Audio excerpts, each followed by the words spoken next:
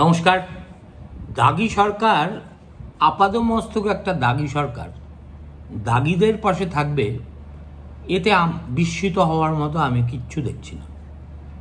ঠিক যেমন আজকে ডিভিশন বেঞ্চও যে এসএসসির মামাবাড়ির আবদারকে কোনো পাত্তাই দিল না, তাতেও আমি বিস্মিত নই।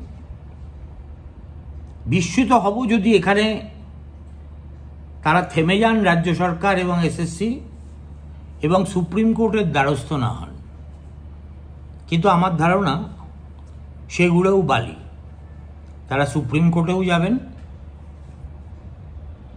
এসএলপি দাখিল করবেন, সেটা লিস্টেড হবে এবং তারপরে শুনানি হবে। এবং এই যে গোটা এক্সারসাইজটা, এটা একটা ফিউটাইল এক্সারসাইজ কন্ডাক্ট করতে কত কোটি টাকা যে রাজ্য সরকারে গলে যাবে, আমার আপনার করদাতার টাকা, আমরা কেউ জানি না। আপনাদের একটা এই প্রসঙ্গে খবর দিই, সেটা হলো রাজ্য সরকারের হয়ে যে কৌঁসুলি ইদানিং হাইকোর্টে সুপ্রিম কোর্টে বিরাট দাবাদাবি করছেন, তিনি 3 মাসের কাজ বাবদ 3 কোটি টাকার বিল করেছেন। মানে প্রতি মাসে প্রতিটি মামলা হারার জন্য 1 কোটি টাকা করে। এটা হচ্ছে লুট পড়েছে, লুটের বাজারের সর্বোৎকৃষ্ট নমুনা। এর আগে এই কাজটা আমাদের মহান ভাইপোর ঘনিষ্ঠ আইনজীবী করত। এখন কোনো কারণে দিদিমণির প্রসাদ বঞ্চিত হয় আরেক দল করছে। আমার বক্তব্য হচ্ছে, এবার বোধহয় জানানোর সময় এসে গেছে। আপনারা যারা আরটিআই করেন তারা চেষ্টা করে দেখতে পারেন। এবং এই যে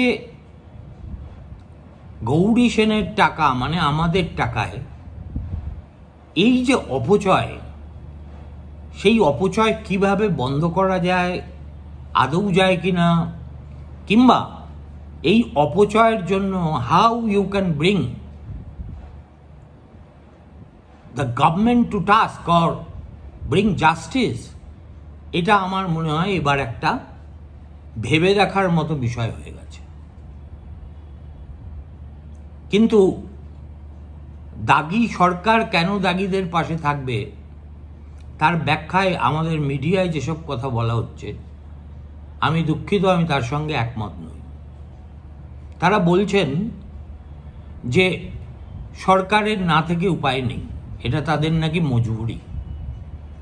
কেননা সরকার যদি তাদের পাশে না থাকেন বা সেই বার্তাটা না পৌঁছন, তাহলে যে হাজার হাজার লোক প্রচুর পরিমাণে উৎকোচ দিয়ে চাকরি পেয়েছে, তারা নাকি নেতাদের, তৃণমূল নেতাদের পিঠের চামড়া তুলে দেবে। এটা একটা অলীক কল্পনা।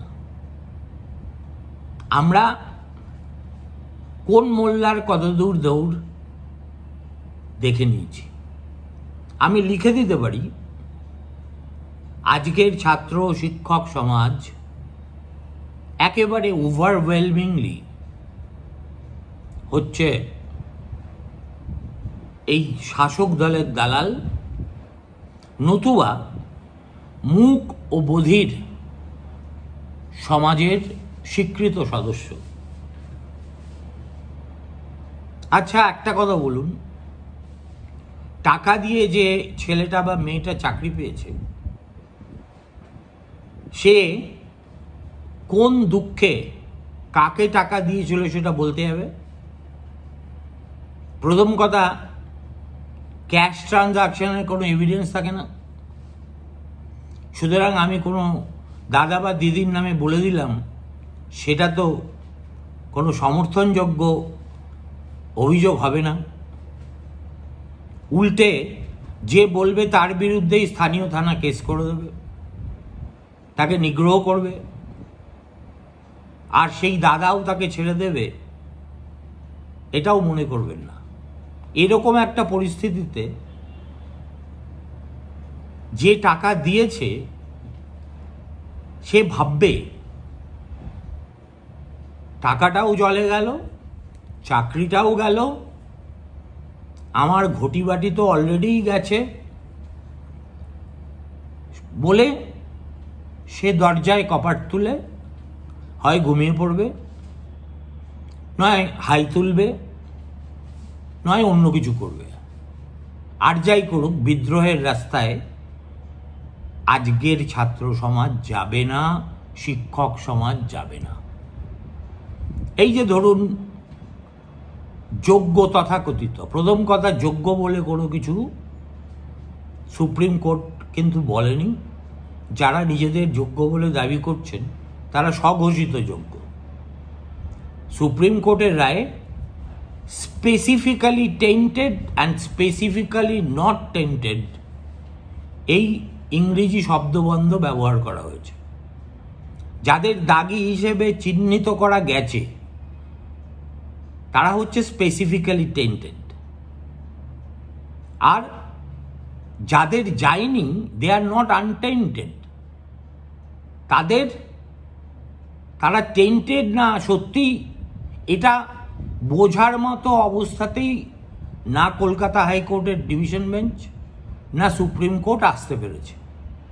পারেনি তার কারণ এই যে obfuscation of the judicial process, OMR sheet etcetera.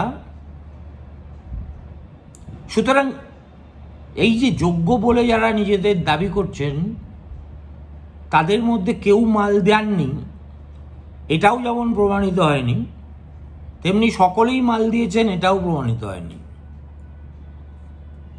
Justice Khanna এটাকেই বলেছেন এগ্রেগিয়াস ভায়োলেশন। যেহেতু যদি চাল থেকে কাঁকড় বাছাইয়ের কাজটা কলকাতা হাইকোর্ট 100 বার করে এসএসসিকে বলেছে, ওয়েস্ট বেঙ্গল বোর্ডকে বলেছে, এক একবার এক এক রকম ডিপোজিশন দিয়ে তারা নিজেদের জালে নিজেরাই জড়িয়ে গেছে, তার থেকে আর পরিত্রাণ পায়নি।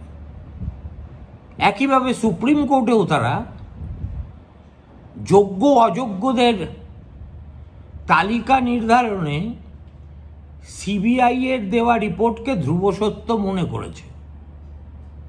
পরীক্ষাটা কি সিবিআই নিয়েছিল না এসএসসি? তো আজকে সিবিআই এর যে অনুসন্ধানের রিপোর্ট সেটা বেদবাক্য, এটা এসএসসি কি কার ভিত্তিতে মনে করছে? সুতরাং এই কেসটায় nobody has any claim। যেহেতু ওই 3রা এপ্রিলের রায় বেরোনোর পরে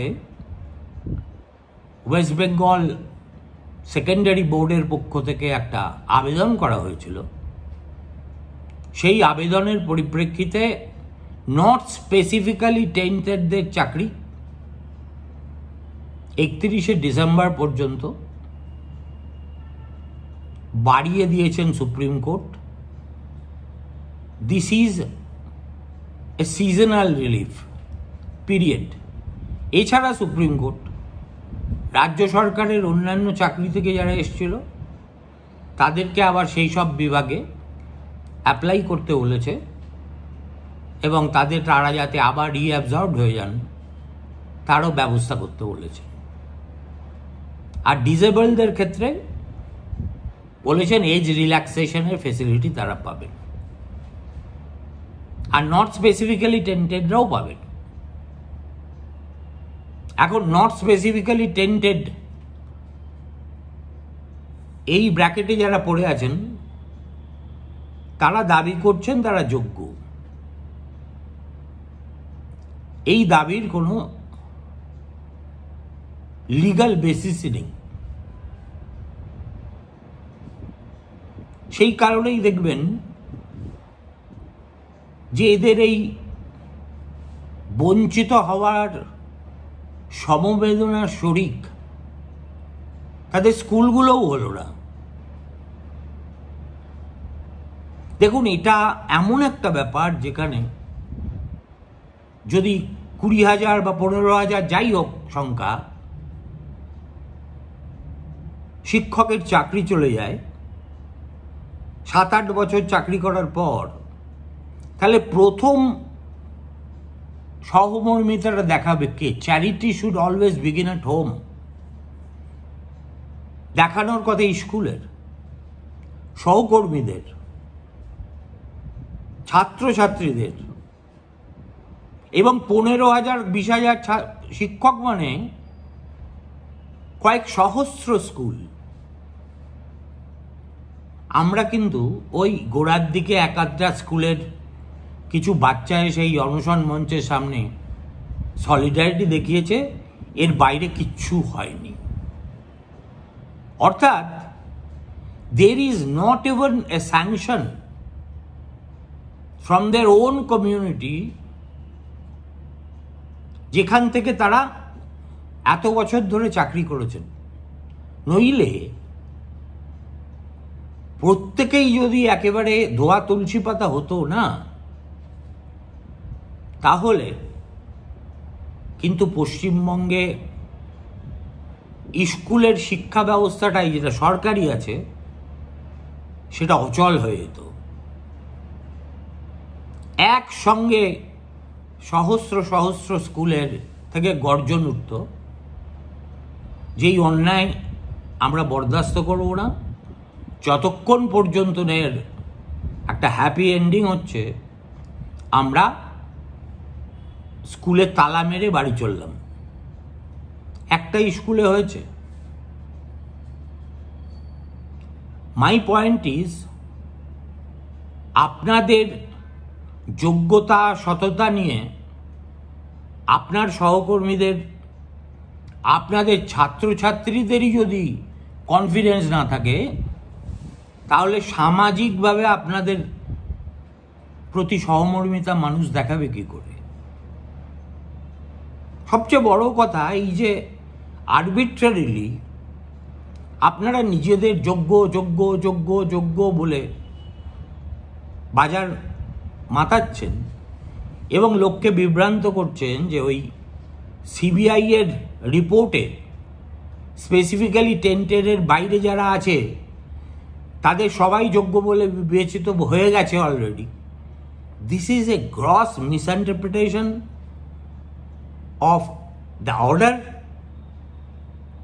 তার মানে যদি আপনারা সুপ্রিম কোর্টের এই অর্ডারের এই ব্যাখ্যা করেন, তাহলে আমার মনে কিন্তু একটা ফান্ডামেন্টাল প্রশ্ন এসে যাবে। সেটা হচ্ছে, আপনারা সত্যিই কি স্কুলে পড়ানোর যোগ্য? যে এই সহজ সত্যটুকু আপনারা মানতে পারছেন না। তারপরে আপনারা একটা অবস্থান নিয়েছেন, কতজন নিয়েছেন, কি নিয়েছেন আমি বলতে পারবো না। একদিন আমরা দেখলাম আপনারা লাইন করে সবাই বিকাশ ভবনে গেছেন যে আপনারা পরীক্ষা দেবেন না সে কথা জানাতে। তাদের সংখ্যাটা কত জানি না। এই যারা নট স্পেসিফিক্যালি টেন্টেড, তাদের মধ্যে কতজন পরীক্ষায় বসবেন বলে বাড়িতে প্রস্তুত হচ্ছেন জানি না। আমরা শুধু কয়েকটা মুখকে রোজ দেখছি অনশন মঞ্চে, আর তাদের প্রেস গ্রুপে নানা রকম বিবৃতি, আজকে আমরা এই করব, কালকে আমরা ওই করব, আপনারা দয়া করে আসুন, আজকে অনশন মঞ্চে আসছেন, কালকে উনি আসবেন। এই একটা ফিরিস্তি, কোথাও একটা বদ্ধ জলাশয়ের মতো আটকে গেছে আপনাদের আন্দোলন। সুতরাং আপনাদের সামনে পরীক্ষায় বসা ছাড়া, সেটা যত কষ্টসাধ্য হোক, আর কোনো রাস্তা খোলা নেই। sooner you understand the better for you। আর বোধহয় হাতে বেশি সময়ও নেই। 25শে জুলাই সম্ভবত শেষ দিন। আর এই যে উদ্বৃত্ত কদিন আছে, তার মধ্যে মাথা ঠান্ডা করে অ্যাপ্লাই করে দিন, তারপরে ভগবানের নাম করে পরীক্ষা বসে যান। কেননা সেটাই আপনাদের ভবিতব্য। মানা কঠিন, মানা খুবই খুবই খুবই মনোকষ্টের, কিন্তু পাকে পড়লে এছাড়া তো পরিত্রাণের কোনো রাস্তাই নেই। এই গেল এক। 2 নম্বর হচ্ছে, আজকে না আর আলাদা করে এসএসসির কয়েক হাজার ছেলেপিলে জসমিন দেশে যদাচার করতে গিয়ে ঘটি বাটি বেচে দাদার দিদিদের লাখ লাখ টাকা দিয়ে একটা চাকরি জোগাড় করেছে। এরা অনেক কম অপরাধের দাগী। এখন যা কলেজ থেকে যেসব ছবি, যেসব কাণ্ড কারখানা আমরা দেখতে পাচ্ছি, এবং কার্বাঙ্কেলের মুখের মতো একটার পর একটা বেআব্রু হচ্ছে, তাতে দেখা যাচ্ছে যে হ্যাবিচুয়াল অফেন্ডার বলে ইংরেজিতে একটা কথা আছে, মানে যারা একেবারে অস্থিমজ্জায় অপরাধী, তারাই তো আজকে শুধু স্কুল কেন, কলেজ, বিশ্ববিদ্যালয়, সমস্ত জায়গায় ছেয়ে আছে। দেখুন, আমার কাছে এরা ভাইপো গ্যাং না পিসি গ্যাং না গ্যাংওর গ্যাং ইজ ইরেলিভেন্ট। আপনি চিন্তা করুন, এই যে তিনটে ছেলে একজন অনেক জুনিয়র কলেজের ছাত্রীকে ওইভাবে গণধর্ষণ করলো, তার ছবি তুললো এটসেট্রা, তারপরেও পালের গোদা নাকি কলেজের হৃদয় হয়ে দেওয়ালে ঝুলে আছেন। কোথাও দেখা যাচ্ছে 11-12 বছর আগে পাশ করে গেছেন, তিনি কলেজ কাঁপাচ্ছেন। আর সোনারপুর কলেজে আজকে যেসব ভিডিও দেখলাম, ইউনিয়ন রুমে মেয়েদের কোলে বসিয়ে তাদের হাতে গাঁজার পুড়িয়া বানানোর দায়িত্ব দেওয়া হচ্ছে, এই দৃশ্য দেখার পরে মাস্টারের ছেলে তো আমি অন্তত এই পশ্চিমবঙ্গের যারা ভাবছেন যে 2%, 3% ভোট নিয়ে দিদিমণির সঙ্গে লড়ছেন, তারা খুব ভুল করছেন। আবার বলছি, 2026 is not a political fight. It is a moral fight. আপনারা যদি মনে করেন তাহলে একরকম, আর না মনে করলে আরেক রকম। এটা নিয়ে অবশ্য আমি 11টার সময় একটা ভিডিও করেছি, সুতরাং এখন আর বিশেষ কিছু বলছি না। তাহলে দাগী কে কোন স্তরের দাগী, তার একটা গ্রেডেশন আমাদের একবার করার সময় এসেছে। যে সহপাঠিনীকে ধর্ষণ করে তাকে আপনি কোন শ্রেণীর দাগী বলবেন? কিংবা ইউনিয়ন রুমে মেয়েদের ডেকে এনে তাদের কোলে বসিয়ে গাঁজা বানায় যারা, তারাই বা কোন শ্রেণীর অপরাধী? দেখুন, আমরা অপরাধ বলতে অনেক কিছু কোডিফাইড অপরাধ আছে, আর অনেক অপরাধ আছে যেগুলোর কোডিফিকেশন নেই। এই যে সোনারপুরের ঘটনাটা যারা ঘটিয়েছে, সোনারপুর কলেজের, এরা কি? এরা ধর্ষকও নয়, খুনিও নয়, ডাকাতও নয়, অথচ এই যে যাদের কথা বললাম সমাজের পক্ষে তাদের চেয়েও অনেক অনেক বেশি ক্ষতিকারক হচ্ছে এরা, এবং গোটাটাই হচ্ছে under the benign patronage of a regime run by similar kind of people. ফাজলামি হচ্ছে। আমরা ছাত্র ছিলাম না, আমরা কলেজ দেখিনি, আমরা ইউনিয়ন কাকে বলে জানি না। 2017 থেকে 2025 8 বছর ধরে প্রত্যেকটা কলেজে আপনারা একটা সংবিধান বহির্ভূত একদল গুন্ডা, ধর্ষক, মাতাল, মহিলায় আসক্ত লোকেদের চাকরি দিয়েছেন এবং ছেলে মেয়ের উপর দাদাগিরি করার নিরঙ্কুশ অধিকার দিয়েছেন। সোনারপুরের ওই সোনার ছেলের বিরুদ্ধে আপনাদেরই দলীয় কাউন্সিলর অভিযোগ করে হাত পুড়িয়েছে, কিচ্ছু হয়নি, উল্টে প্রমোশন হয়ে গেছে।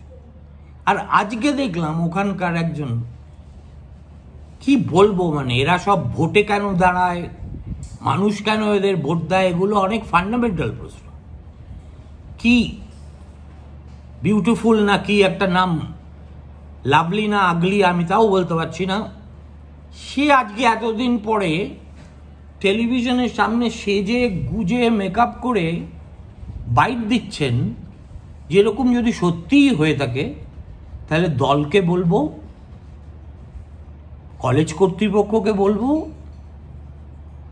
এদের বিরুদ্ধে যথোপযুক্ত ব্যবস্থা নিতে। এটা কোন দাদা বা দিদি তাকে শিখিয়ে দিয়েছেন আমি জানি না। নাও এই স্টেটমেন্টটা কি? এই স্টেটমেন্টটা হচ্ছে স্থানীয় জনপ্রতিনিধির নিজে তার ঘাট থেকে দায়িত্বটা সরিয়ে দিয়ে কলেজ কর্তৃপক্ষ এবং দলের উপর সমর্পণ করছে। তাহলে আপনাকে ওখানকার এমএলএ করা হয়েছে কেন? এবং আপনি শাক দিয়ে কোন মাছ ঢাকার চেষ্টা করছেন?